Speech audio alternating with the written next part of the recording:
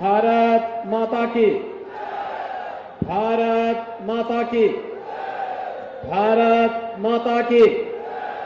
वंदे वंदे वंदे। गंगे मैया की, गंगे मैया की। भगवान प्रयागराज की, भगवान प्रयागराज की।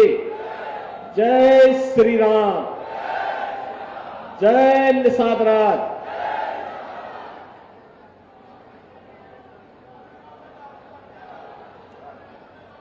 महाकुंभ के उपरांत वासंतीय नवरात्रि की आज के इस पवित्र पंचमी तिथि पर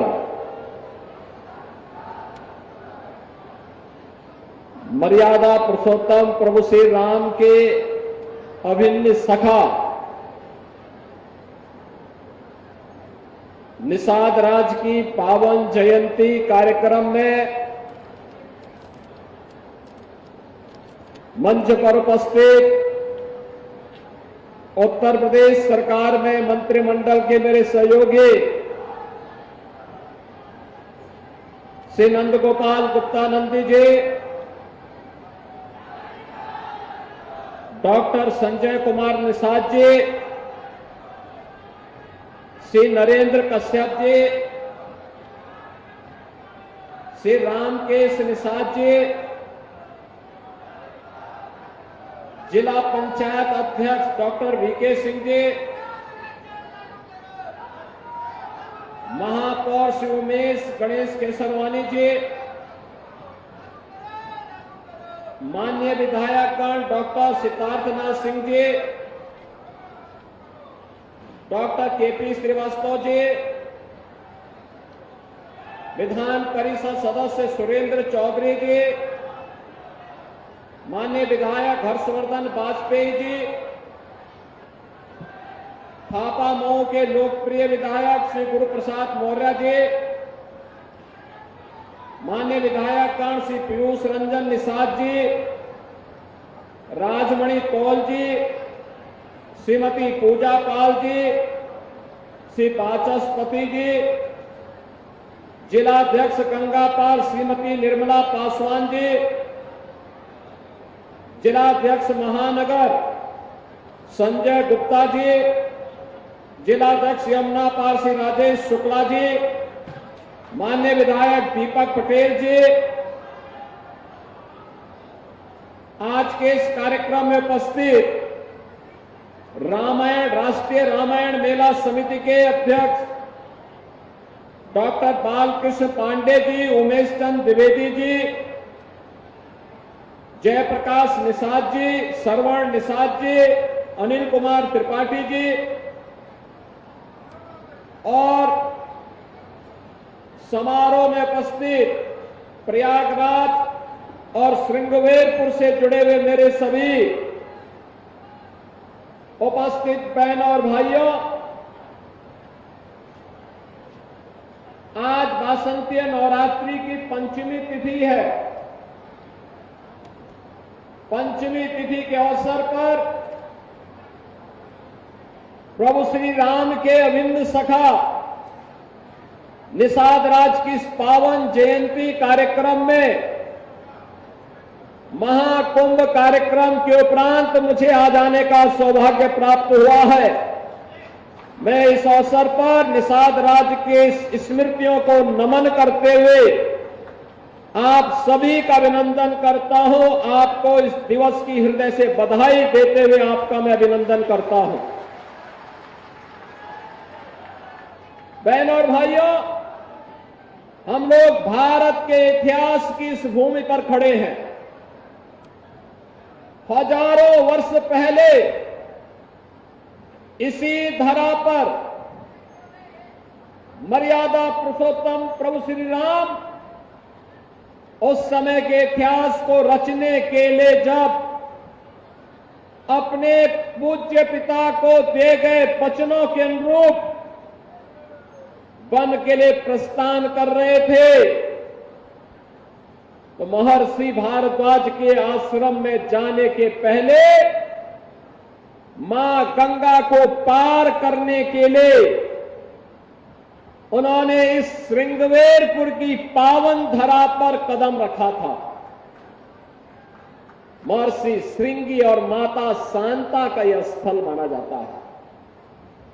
महर्षि श्रृंगी के बारे में मान्यता है उन्हीं के द्वारा महर्षि वशिष्ठ की प्रेरणा से किए गए पुत्रेष्ट यज्ञ के कारण भगवान राम, भरत, लक्ष्मण और शत्रुघ्न इन 4 पुत्रों का जन्म महाराज दशरथ के घर में उनकी 3 रानियों से हुआ था। और माता शांता के बारे में मान्यता है कि भगवान राम की बड़ी बहन के रूप में उनको मान्यता मिलती है। बहन और भाइयों, इतिहास की इस पवित्र भूमि पर जहां पर भगवान राम ने आकर के माता शांता को भी अपना परिचय दिया और साथ साथ अपने बचपन के गुरुकुल के मित्र निषाद राज को जब जानकारी मिली कि प्रभु आए हैं तो उन्होंने उस समय उन्हें अपने राजमहल में रुकने के लिए आग्रह किया। लेकिन भगवान राम ने कहा नहीं, पिता की आज्ञा है, पिता की आज्ञा है कि मैं वनवास में रहो, वनवास को अभय करो, तो मैं वन में ही रहूंगा। और उन्होंने उस समय निषाद राज ने अपनी मित्रता के धर्म का निर्वहन करते हुए न केवल यहां पे मां गंगा को पार कराने में उनका योगदान किया था, बल्कि महर्षि भारद्वाज के आश्रम तक साथ लेकर के गए। फिर मां यमुना को भी पार करा करके चित्रकूट तक पहुंचाने में सहयोग किया था। बहनों और भाइयों, मित्रता का यह अद्भुत संगम आज फिर देखने को मिल रहा है। इतिहास दोहरा रहा है और इतिहास से दोहरा रहा है कि जो मित्रता भगवान राम और निषाद राज के उस समय थी, वही तो मित्रता भारतीय जनता पार्टी और निषाद राज पार्टी की इस समय देखने को मिल रही है। यह मित्रता वही है। अभी मैं मंच पर देख रहा था, मत्स्य संपदा योजना में 1400 मत्स्य पालकों को करोड़ों रुपया वितरित हुआ है, उसके चेक वितरित हुए हैं, उनके अकाउंट में पैसा गया है। पहले पैसा कहां जाता था? मुख्यमंत्री आवास योजना और प्रधानमंत्री आवास योजना में गरीबों के मकान बन रहे हैं, दिव्यांग जनों को पेंशन मिल रही है, निराश्रित लोगों को पेंशन की सुविधा का लाभ प्राप्त हो रहा है, हर गरीब के लिए आवास की सुविधा प्राप्त हो रही है। और आपने महाकुंभ की इस पावन धरा प्रयागराज को देखा होगा। दुनिया का कौन सा देश और भारत का कौन सा प्रदेश ऐसा था जो प्रयागराज में न आया हो और यहां पे त्रिवेणी के पावन संगम में स्नान करके अपने जन्म और जीवन को धन्य धन्य न महसूस किया हो।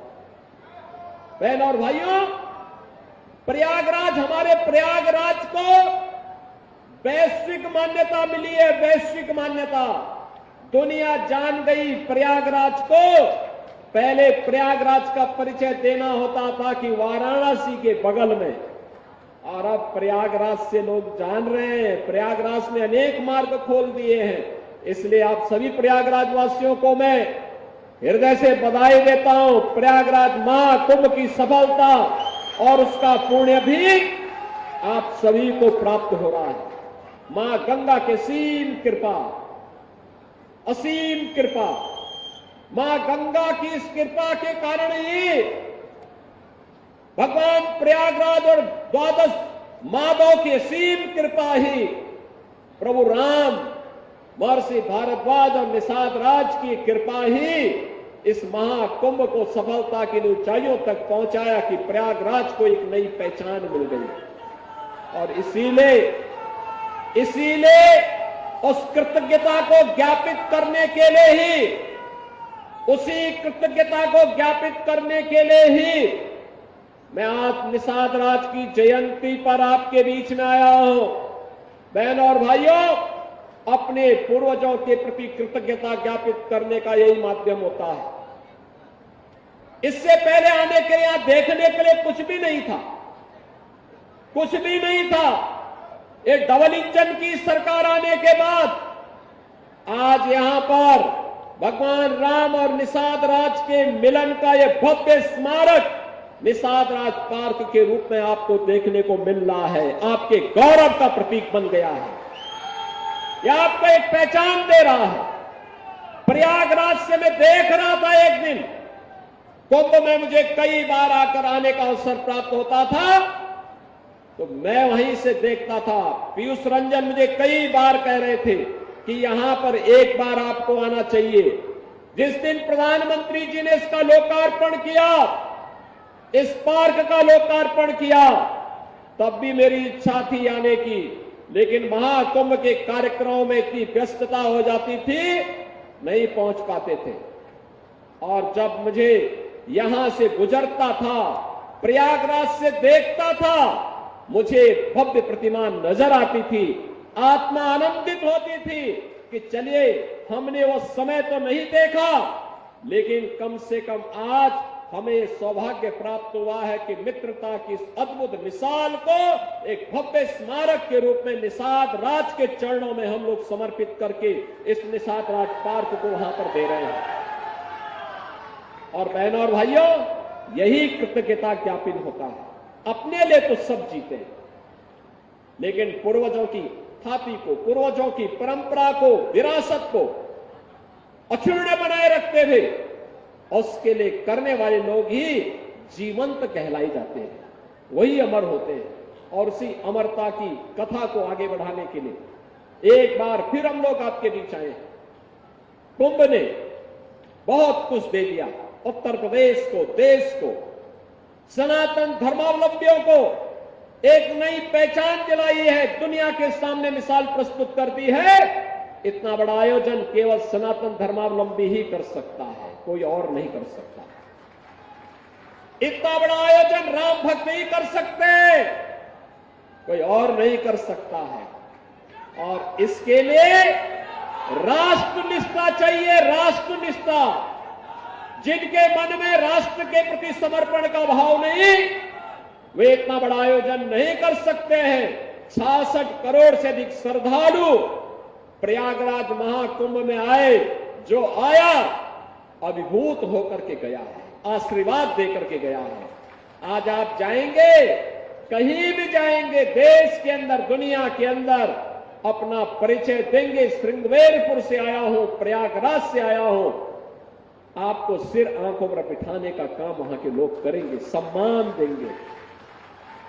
बहनों और भाइयों, अगर सम्मान मिल गया, पहचान मिल गई, इससे बढ़कर के कुछ नहीं होता, कुछ नहीं होता।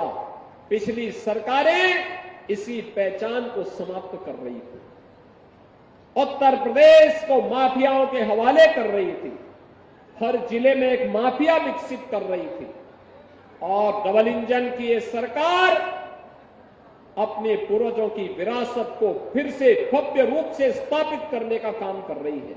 और महाकुंभ के बहाने आज हमारा प्रयागराज स्मार्ट सिटी से भी आगे बढ़ चुका है, भव्य शहर बन चुका है। जो आता है प्रयागराज की सुंदरता को देखकर अभिभूत होता है, उनको लगता है ऐसा ही शहर हमारा भी होना चाहिए। प्रयागराज महाकुंभ के बहाने भगवान राम और निषाद राज की यह भव्य स्मारक स्मृति के रूप में हमारे सामने जीवंत हो उठी है। और प्रयागराज महाकुंभ के बहाने लेटे हुए हनुमान जी का भी एक कॉरिडोर का निर्माण हो गया है। महाकुंभ के बहाने अक्षयवट कॉरिडोर बन गया है, मां सरस्वती कॉरिडोर बन गया है, पातालपुरी कॉरिडोर बन गया है। महर्षि भारद्वाज कॉरिडोर बन गया है, नाग वासुकी कॉरिडोर बन गया है, दशाश्वमेध कॉरिडोर बन गया है, द्वादश माधव कॉरिडोर का निर्माण हो गया है। ये प्रयागराज की नई मणियां जुड़ी हैं, नए नए पहचान प्रयागराज को मिले हैं। और अविरल और निर्मल गंगा ने तो महाकुंभ को मां गंगा के आशीर्वाद से इतना विभूत किया, जो आया पुण्य का भागीदार बना, पुण्य का भागीदार बना।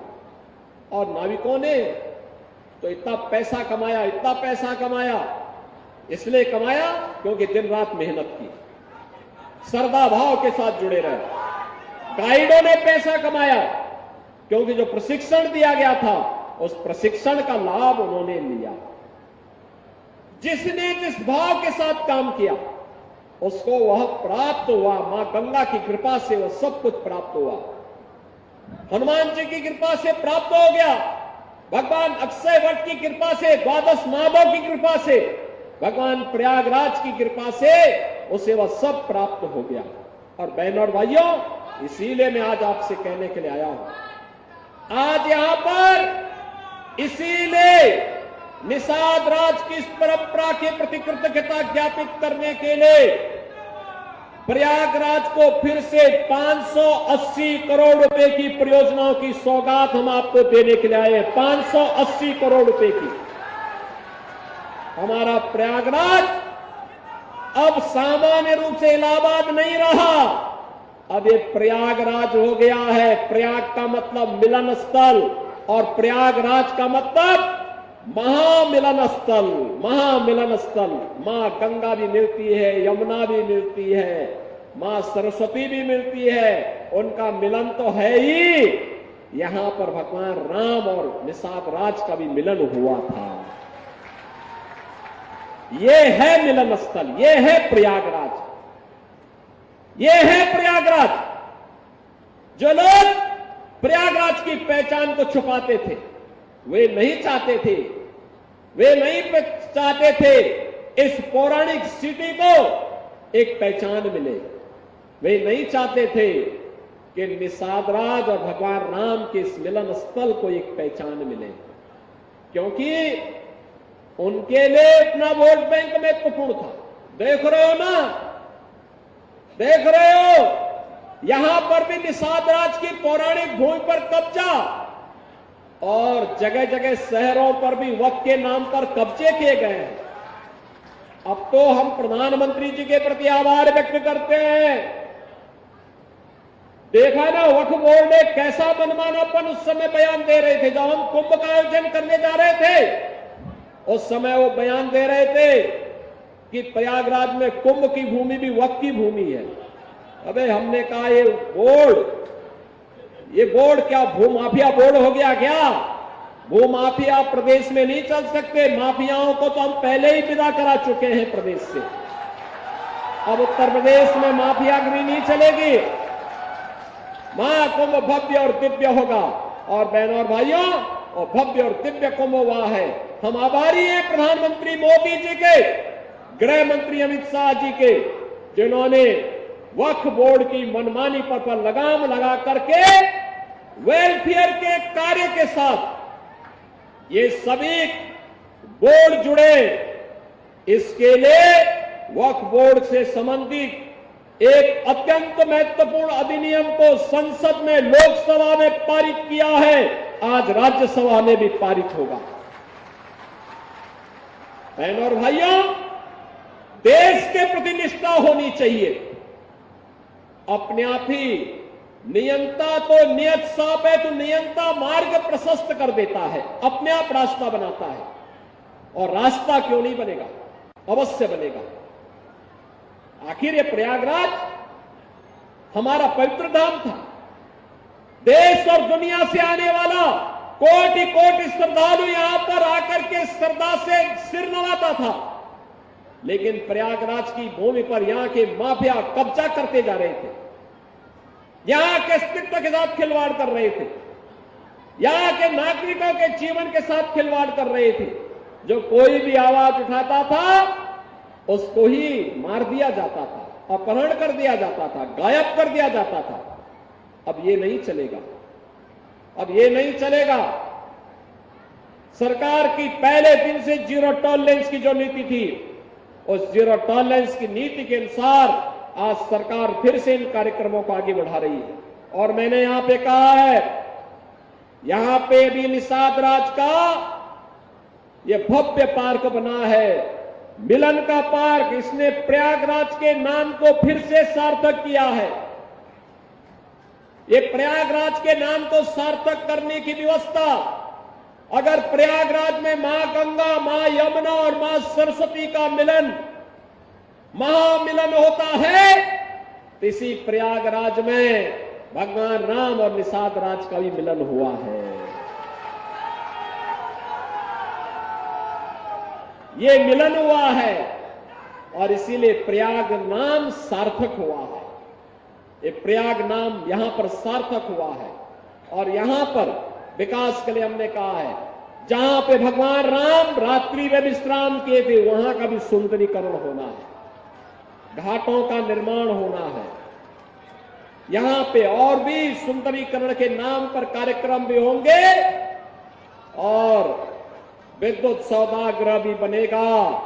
साथ साथ यहां पर हम लोग ऋषि श्रृंगी, महर्षि श्रृंगी के माता शांता के मंदिर के सुंदरीकरण के कार्यक्रम को, अगर मंदिर है तो सुंदरीकरण के कार्यक्रम को, संस्कृत विद्यालय के पुनरुद्धार को आगे बढ़ाने का काम भी करेंगे।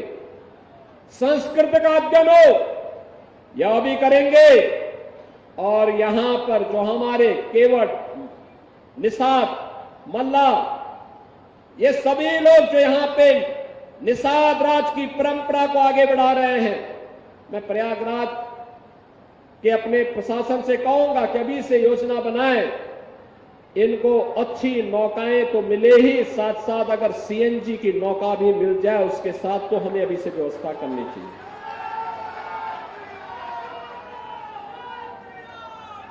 और ये इसलिए आवश्यक है क्योंकि समय के अनुरूप हमें इस कार्यक्रम को आगे बढ़ाना पड़ेगा। मां गंगा की अविरलता और निर्मलता को बनाए रखने के लिए मैं आप सबसे आह्वान करूंगा। यह हमारी विरासत की प्रतीक है, देव नदी है, दिव्यता की प्रतिमूर्ति है। उनके आशीर्वाद के बगैर हमारा कोई कार्य आगे नहीं बढ़ता, कोई संस्कार आगे नहीं बढ़ सकता। और इसीलिए हम सबके लिए एक अवसर है, दुनिया के अंदर और दुनिया के वासियों के सामने इस प्रकार का सहारा नहीं, जो समृद्ध विरासत आपकी है। और बहनों और भाइयों, आज इसीलिए मैं आया हूं निषाद राज के प्रति नमन करने के लिए, इस प्रयाग की इस पावन धरा को नमन करने के लिए, आप सबके प्रति बधाई देने के लिए, प्रयागराज के प्रति आभार व्यक्त करने के लिए और 580 करोड़ रुपए की परियोजनाओं की सौगात देने के लिए भी रामनवमी के पहले निषाद राज की जयंती पर यह सौगात प्रयागराज वासियों को प्राप्त होनी ही चाहिए। इसमें कनेक्टिविटी का भी है।